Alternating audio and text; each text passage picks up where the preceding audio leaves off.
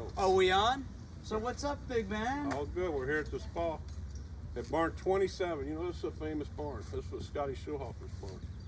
And people don't know he's a great Hall of Fame horse trainer, Belmont winner. Multiple grade 1 winners came out of this little barn. I remember spending a lot of time right over here as a young pup in my early 20s, Lemon Drop Kid. Colonial Fair. Rubiano, Ruby, did he? No, I don't know if did he have Rubiano? He may have. He predated me. I know that was a Centennial horse. There were a bunch of good ones. Lemon Drop Kid was really good. I think he said that was his best horse he ever had. And I mean, I look, you know, everything kind of looks better with nostalgia, but you look at a horse like Lemon Drop Kid, I think to, you know, his 3-year-old, 4-year-old, 5-year-old campaign, you know, that was the kind of horse that could run 10 months out of the year. It was crazy. That's the old throwback. It had to be a fun type of horse to trade. Because he did. He just let him over and he ran big every time. Now his offspring are better grass horses, but he was always a good dirt horse. Yeah, well, we actually, West Point's got we got a Lemon Drop Kid, depending upon when people are watching this, on Whitney Day in the first race, we've got a Lemon Drop Kid, first time starting 2-year-old, named Dripping Gold, who Shug trains, and loved him in the sale, we bought him, and he's trained well, Shug likes him, so would love on a day like the Whitney. And I think Lemon Drop Kid, I mean, I know he won the Travers, I think he may have won the Whitney as well. It'd be kind of neat with his old school pedigree. But remember, they don't always win first time out Lemon Drops. They get better with age and keep going. And my favorite line is for people, because you can run a first time starter up here and run against anything. You don't know how well you run for 6 months. You might be in there against 3 or 4 graded stakes winners. One of my favorite lines in the game is their first race, not their last race. Right, I do. Yeah. Well, with you too. I mean, dude, you're old school. I always think like, yeah, maybe you can pop, or not to say you can't win first out, but I know with like when we've got horses with Dale, or if I want to bet one of your horses, I'm expecting improvement as the career goes on. And that's what old guys used to do. A lot of times they didn't want to win first time out. They would want to get beat because, especially a 2-year-old. If you win with a 2-year-old this time of year, where's the only place you can run is against the best horses in the country at the time. And you got them. It doesn't give you that progression that you like to see in a young horse a lot of times. So losing first time out, it could be a lot worse things. You get to come back against winners, get some experience, and come back and run an hours or 2 or stakes races after you've had a little time getting some experience. So Whitney weekend, I mean, today's Friday, it's Hall of Fame day. Any Todd Pletcher stories or any stories with this Hall of Fame class? You got to have a couple. Well, Mark and I have been friends. I mean, he got it actually put in last year, but he's getting inducted tomorrow. We've been friends since we were little kids running around the backside of Churchill Downs. His father trained horses and was friends with my father. And actually, Mark's father, Norman, he taught me a whole lot. He taught me how to work sales, how to look at young horses, and he was one of the wizards of the game.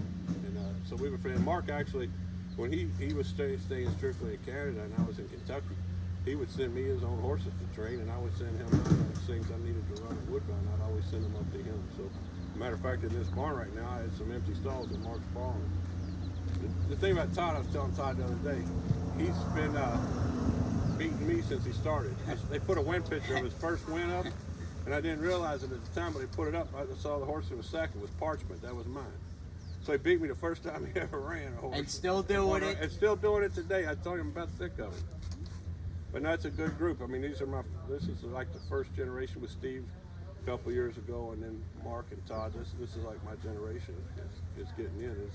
It's fun to watch. They've all been my friends for a lot of years coming up, and so I know where they started, and I know where they are right now. And before, you know, it was always hero worship when the Woody Stevens and Alan Jerkins and the guys were getting put in. You didn't know where you weren't around when I wasn't around when they started. So it was like a pedestal. Now it's almost like your peers and good friends, and you get to see them getting the recognition they deserve. Well, I think too with American Pharaoh going in, and we'll not spoil. It'll be a little teaser for the Travers episode we do, but obviously Keen Ice and American Pharaoh. I mean, you had a lot of history against American Pharaoh. That's the most historic race we've ever run. But I ran against him all the time. But you know what is really historic about American Pharaoh? Tammy and I were there the first day he ever worked his first work on a farm in Ocala.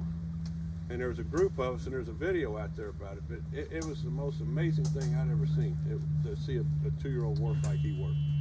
We probably watched 40 horses work that day, and they were all blowing and doing like normal horses would do, and some of them ended up being really good. He went down through there his first 8 to a mile and galloped out a quarter and came back like he was 5 years old. It was just amazing.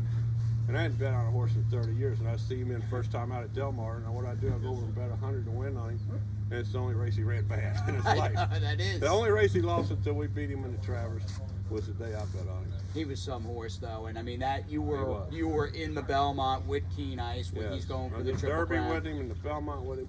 There was so much electricity in the air that day that he won the Triple Crown. I mean, it felt like you could cut it. We finished third, and I was cheering for him. It was, you know, I've been in a few environments like that. Finals for the Major League Baseball, the Game 7, and we were at Game 7 for Michael Jordan playing against Charles Barkley, and you felt that same type of energy with American Pharoah winning the Triple Crown, and everybody was so happy about it. It was so great, and you know, I remember talking after the race was over and the day was kind of winding down. NBC cameramen who had done Super Bowls, Olympics, World Series, I mean, greatest sporting events all over the globe, and they had said they had never heard a crowd as loud. No, you could feel it. You Yep. could feel it in the air when it got so loud. It was crazy. President Clinton was there. It was just an amazing day, and just something we were fortunate to be a part of. Yeah, without a doubt. Getting back to Whitney weekend, I asked Dale before we started taping, I said, I know you got to have a couple of Whitney handicap stories, and I had forgot you've got a lot of history, Right. Personal history in this race. Let's hear it. My first Grade 1 winner in 2004, I think it was, at Roses and May, won the Whitney, beat Perfect Drift. It was a great race that day, and they bobbed heads down the lane, and we barely got a nose in front of them, and it was a big feeling. You know, I didn't know. I came back the way it worked out. 7 days later, won my second one. But in the secretary, the kids do it. But you don't know you're ever going to win another one. That puts you in a different stratosphere to be a Grade 1 winning horse trainer. We've had quite a few since then, but that was a special day.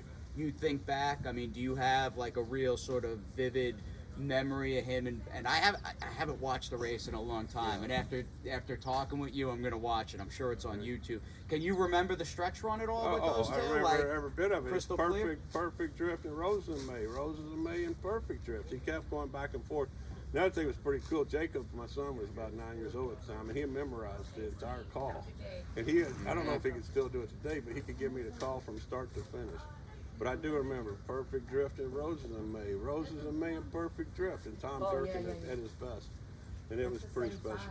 Yeah, he was such a good horse, Roses and May. We've talked about his Dubai World Cup, and we'll cover that at a later episode. As far as West Point horses up here, we've got two. We've got a Mastery Colt and Lady Traveler. What's going on with Lady Traveler, Lady actually? Traveler's had 2 works up here so far. We need to get about 1 or 2 more in. We'll run it in the meet and get her started back. But man, she's doing good right now. This throw surgery looks like it's worked perfectly. And like I said, I've had it done to 2 horses that went on to win Greatest Stakes afterwards that had not won them before. Mm-hmm. So you don't know sometimes if we've always felt like there's just a little bit more there to her. We're waiting for her to have that breakthrough race.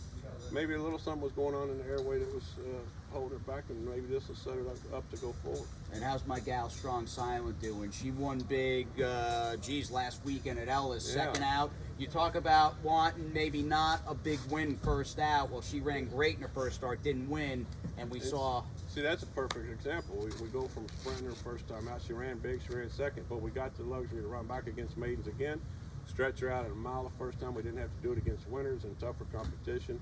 And that was a good race. Ellis Park Racing, I don't know if people are betting on it or not, but that's a hidden gem. You don't have it. It's no different than Churchill Downs. You know, it's the names of who's who in horse racing. The horses we were competing against were top-notch fillies, and I was very proud of her. I think this filly's got a very bright future. Where are we going to dinner up here? What are we breaking some bread and you taking me out? This is your town. Anytime you want to go, I'm with you. You know the great restaurants. There's so many. We had a great meal last night at Max London's. And I hadn't been there for a few years, and I forgot how good it is. But I haven't had a bad meal since I've been here. All right, good. Cigar store as well? In the cigar store every day for a few minutes anyway. That's my therapy session. I got to know all the people outside of racing in Saratoga sitting in that cigar store, and they can go in there and talk about something other than horses, because you know how intense the horse racing is up here. It's nuts. I hopped on the OTB, the Capital OTB show a couple of weeks ago, and they just wanted to hear about the West Point gig for me and how I'm doing. My first Saratoga up here since 2016, and I was saying, you know, it's always great when you run into a racing fan, Florida, Kentucky, wherever, but here it's just there's a different level of intensity. There really is. It really is. Everybody knows everybody. Nobody knows everything about racing, and it's a cool environment for 6 weeks up here.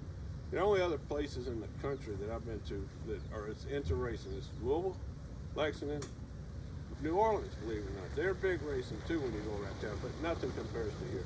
It's every other person is here because they have a contact with horse racing. It's great. It's fun.